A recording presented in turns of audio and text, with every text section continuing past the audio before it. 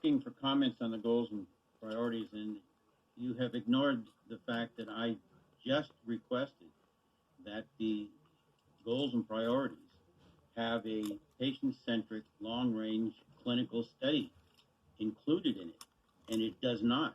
The answer that DPH is probably going to give us is that they're not precluding it, but it is not being required. And without it being required, you aren't really doing a study. And I take offense to the fact that you're asking for it and you haven't, and you're implying that you haven't heard anything, yet you did hear something. So I want to make sure that you understand that that's a very, very important part of this study. And if it continues to be ignored, you are only solidifying all of our feelings that this study is a waste of time.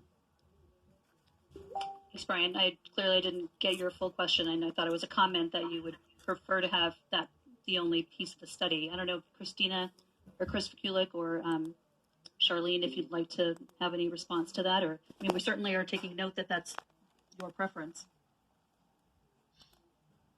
Chris or Charlene? Dr. Davis, is Dr. Davis hoping that's MD is you?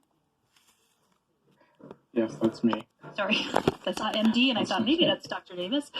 So unfortunately, my computer's not working properly, so I have to use my phone.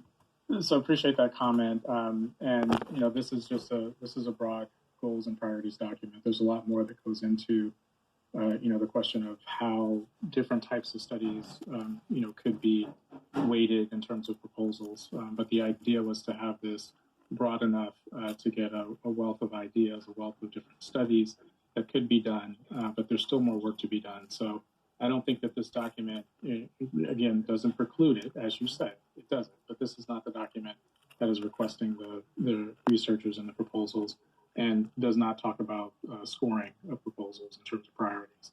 I think there's more to come in terms of that, but this is in general. The idea of where the goals and priorities are, they're pretty broad, which does allow for a lot of different things as a possibility. So, you know, we will have more updates as we get closer to having, you know, this finalized in terms of what people's opinions are in relationship to goals and priorities. But this document is the document that gives everybody a chance to provide input. And so we take that input wholeheartedly. Doctor, if I may respond, I appreciate what you're saying, but it is and don't take this personally, please.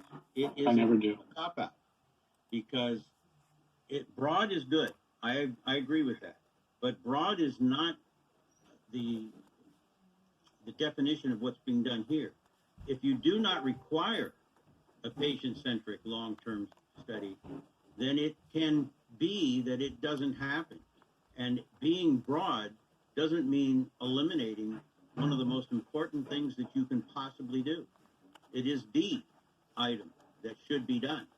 And I can't imagine a health department, and you've heard me say these things before, that is supposed to be concerned about the health of the public, doesn't take the position immediately of, I want to know what's happening to my people.